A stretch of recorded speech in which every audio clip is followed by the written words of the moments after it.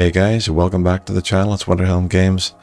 We're back with another reaction from some horror stories. This time it's 3 bone-chilling horror stories from Halloween. And this one is by Twisted Tales. So full credit to him and to those who obviously brought in the stories for him to narrate. If you like this type of content, consider subscribing. It is free, and clicking the notification bell. You'll always get notified of when I go live, or when I'm on live on Twitch at times, but when I put up new content on the channel. So let's get into it. Halloween had always been a highlight in our quiet neighborhood. Every year, children in colorful costumes would flood the streets, laughter and excitement in the air. It was a night for families to come together, to celebrate the spooky and supernatural. Little did I know that one Halloween night would become a haunting memory etched in my mind forever. The evening had been perfect. The decorations were up, the candy bowl filled, and the porch light aglow. My wife and I loved seeing the children's faces light up when they received their treats. We cherished the sense of community that Halloween brought, and it was a tradition we eagerly anticipated. As the sun set, the first trick-or-treaters arrived, their costumes ranging from witches to superheroes. We greeted each one with a smile, and the children departed with bags full of candy and smiles on their faces. Then, as the night grew darker, a chill settled in the air, and an unsettling silence fell upon our street. We exchanged uneasy glances, wondering where the usual excitement had gone. It was as if a heaviness had descended, casting a shadow over the festivities. As we stood on our porch, the porch light flickered ominously. I dismissed it as a minor electrical glitch and handed out candy to the few remaining trick-or-treaters. But something felt off, and I couldn't quite put my finger on it. Just as I was about to head inside, a figure emerged from the shadows. It was a child, or at least it appeared to be one. The costume was strange, a tattered, hooded cloak that obscured their face completely. All I could see were a pair of piercing, unnaturally bright eyes that seemed to glow in the darkness. The child stood there, unmoving, as if waiting for something. My unease deepened, but I didn't want to be rude. I offered a piece of candy, but the figure made no move to take it. Instead, they extended a bony hand, palm up, as if expecting something more. I exchanged a puzzled glance with my wife, unsure of what to do. Finally, I placed a few extra pieces of candy in the child's hand. As they closed their fingers around the candy, I couldn't help but notice how cold their touch was, like ice. Without a word, the child turned and melted back into the darkness, disappearing into the night. My wife and I exchanged bewildered looks. That had been the oddest encounter we'd ever had on Halloween. Shrugging off the unsettling encounter, we went back inside and tried to enjoy the remainder of the evening. However, the sense of unease lingered, and I found myself glancing at the window, half expecting to see those piercing eyes staring back at me from the darkness. As the night wore on, I decided to investigate. I slipped out of the house and into the cool night air, the darkness pressing in around me. I followed the path that the strange trick-or-treater had taken, my heart pounding in my chest. I ventured deeper into the neighborhood, my flashlight cutting through the shadows. The streets were empty, and an eerie silence hung in the air. It was as if the world had become still, holding its breath. I soon found myself at the edge of the woods that bordered our neighborhood. The sensation of being watched intensified, and I shined my flashlight into the dense trees. There, among the gnarled branches and twisted roots, I saw them, the piercing eyes, glowing in the darkness. I froze, my breath caught in my throat. The figure was no longer in its childlike form. It had transformed into something monstrous, a hulking, shadowy presence. It loomed in the trees, its eyes fixed on me with an intensity that sent a shiver down my spine. Unable to tear my gaze away, I watched as the figure slowly extended a long, skeletal arm toward me. It beckoned, its fingers curling in a silent gesture. Panic surged through me, and I turned and ran, stumbling. Yeah, I think that's definitely a flight or fight moment, really, isn't it? Like, you would either be frozen in fear or confusion with what you're looking at, or like he's doing, turning you, nope, I'm out. Stumbling through the dark woods, my heart pounding in my ears. As I reached the safety of our neighborhood, I glanced back one last time. The figure had vanished, its eyes no longer piercing the night. I rushed back to our home, my wife waiting anxiously at the door. I tried to explain what I had seen, but the words came out as disjointed fragments. My wife held me, soothing my fears and assuring me it was just my imagination playing tricks on me. But I couldn't shake the feeling that something had been out there in the darkness, something that had come to our quiet neighborhood on Halloween night. Whether it was a restless spirit or something more malevolent, I couldn't be sure. All I knew was that the memory of those piercing eyes would haunt my dreams for years to come, a chilling reminder that on Halloween, the line between reality and the supernatural can blur into something far more terrifying. Very true. Where Halloween night is the only night where spirits are allowed to walk the earth again, according to legend.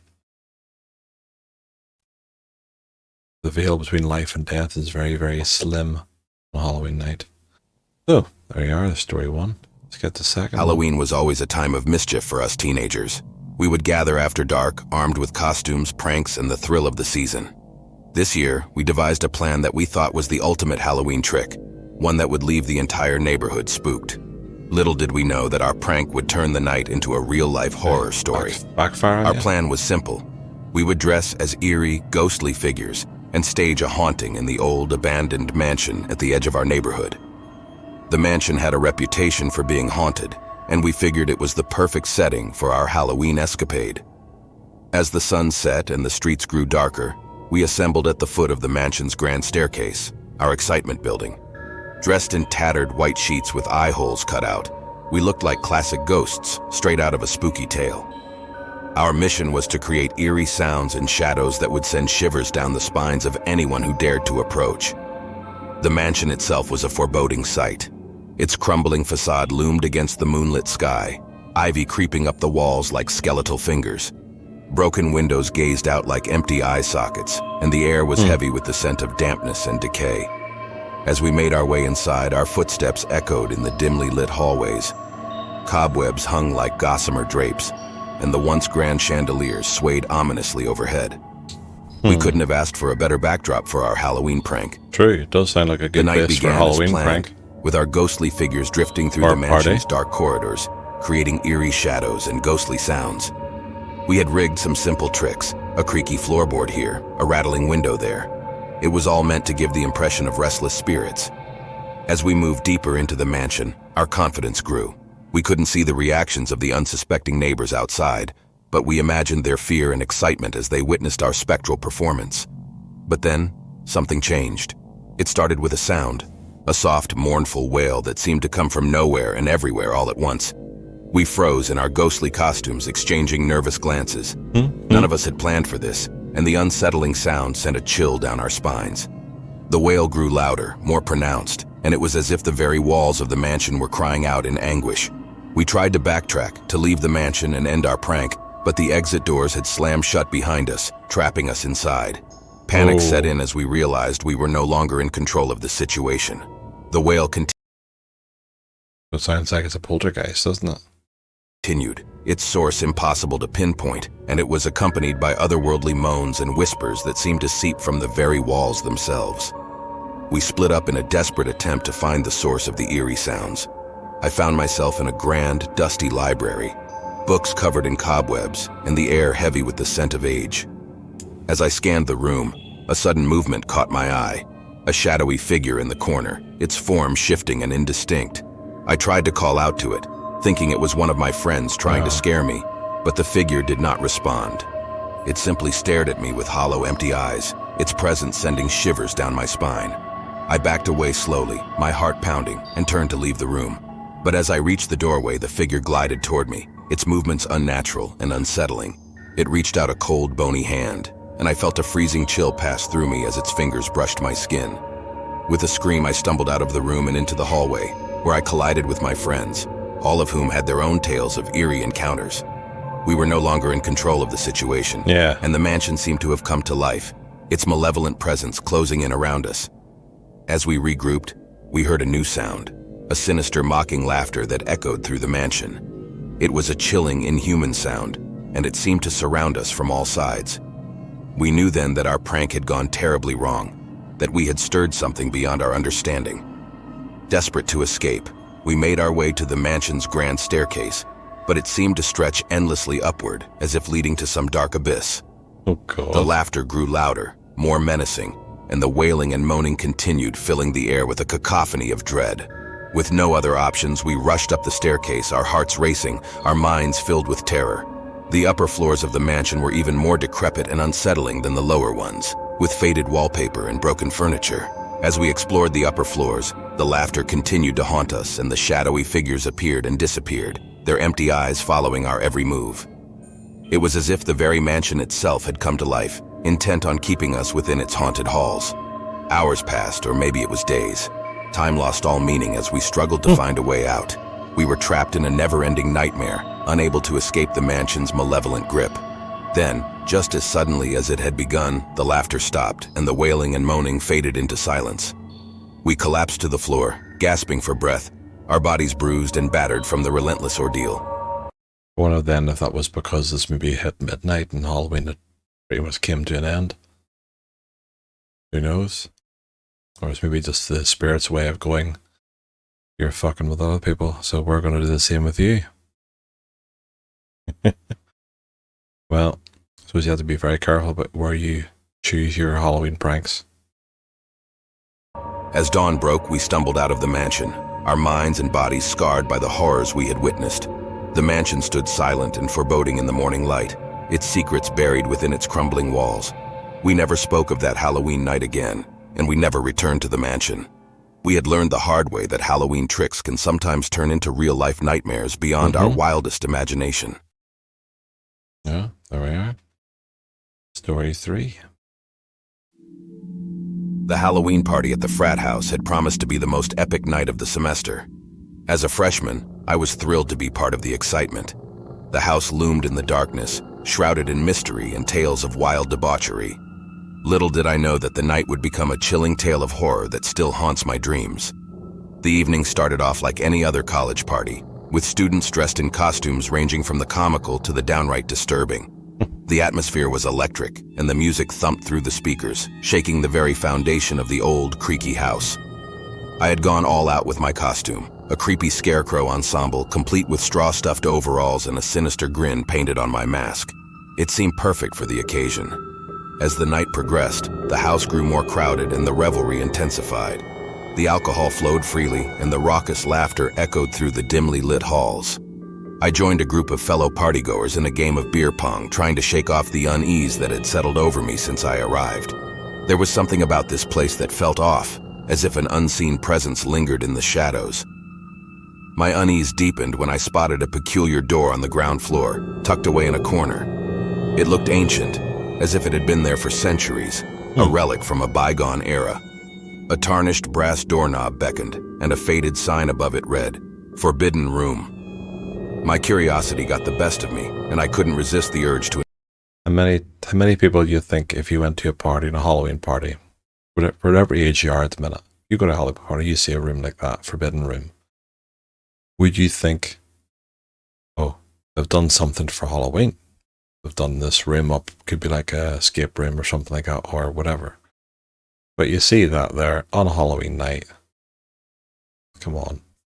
Unless the owners of the house have told you otherwise, you're going to assume it's part of the whole festivities. At least I would think so anyway. To investigate. I excused myself from the game and approached the door. The moment my hand touched the cold doorknob, a chill coursed through my body, and the air grew heavy with an oppressive sense of dread. I hesitated for a moment, my heart pounding, but my curiosity was insatiable. I turned the knob and the door creaked open, revealing a narrow, dimly lit staircase that descended into darkness. I crept down the stairs, my footsteps barely audible over the thunderous music above. The further I descended, the colder it became, and the flickering light from a single bare bulb overhead cast eerie shadows on the ancient, decaying walls. I had no idea what I was getting myself into, but I couldn't turn back now. At the bottom of the staircase, I found myself in a small, windowless room. The walls were adorned with faded and tattered tapestries, each depicting grotesque scenes of death and despair. The room was filled with an assortment of bizarre objects, creepy dolls, ancient books bound in cracked leather, and an old wooden chest intricately carved with grotesque figures. As I cautiously approached the chest, the room seemed to grow colder, and I could see my breath in the frigid air. I reached for the chest's ornate latch, and as I opened it, a foul odor like decay and dampness wafted out. Inside, I found a collection of old photographs, each depicting a different Halloween party at the frat house, going back. You kind of expect them to say something a bit more gruesome there. Back decades. What sent shivers down my spine was that in each photograph I could spot the same scarecrow mask that I was wearing. My heart raced as I realized the implications. There was something sinister about this room, and the realization that I was not alone struck me like a bolt of lightning. I turned around, and there, in the dim light, I saw them. Figures in tattered costumes, their masks twisted into malevolent grins. In a panic, I stumbled backward, my heart pounding in my chest. The figures closed in on me, their movements slow and deliberate. I tried to scream, but no sound escaped my lips. The room seemed to warp and shift around me, as if reality itself was unraveling. I made a desperate dash for the stairs, but with each step they drew closer, their outstretched hands reaching for me. My breath came in ragged gasps as I fought my way past them, racing up the narrow staircase, the darkness closing in behind me. I burst through the door at the top, slamming it shut and locking it with trembling hands. Back in the chaos of the Halloween party, I stumbled through the throngs of oblivious revelers, my mind a whirlwind of terror and confusion. I couldn't comprehend what had just happened or how I had narrowly escaped those malevolent figures in the forbidden room. To this day, I don't know if what I experienced was real or a twisted hallucination brought on by the strange atmosphere of that frat house. But I can't shake the feeling that there was something ancient and malevolent lurking in the shadows that Halloween night. Something that had been waiting for me to don that scarecrow mask and unlock the door to its dark and sinister realm. I never returned to that frat house, and I've tried to put the nightmarish events of that Halloween party behind me. But the memory of that forbidden room and the chilling figures within still haunt my nightmares. A reminder that some secrets are better left buried in the darkness, where they belong. Thanks for Yeah. I think that one was probably the best one, to be fair. So what one would you prefer yourself there? Story 1, 2, or 3? But, yeah, I think that was quite good. I would say probably the third one for me was probably the best one. But, yeah, let me know what you think. I will do my best to get another one up shortly, probably for this coming week. I'll do another couple, at least for this coming week, coming to Halloween weekend and that there. And who knows, if I get a chance, I might do a few more for End of the Winter. Maybe because there is a few I've seen come across, like ones for near Christmas, not there, kind of horror stories, not there. So we could continue it a wee bit, maybe End of the Winter. If you do like that, let me know. So obviously these will go up as long as I am able to put them up. And so say full credit to Twisted Tales for this one, and for those who handed the stories in. Go over their channel, give them some love, and I will see you in the next one. So take care, folks. Have a good night. Bye.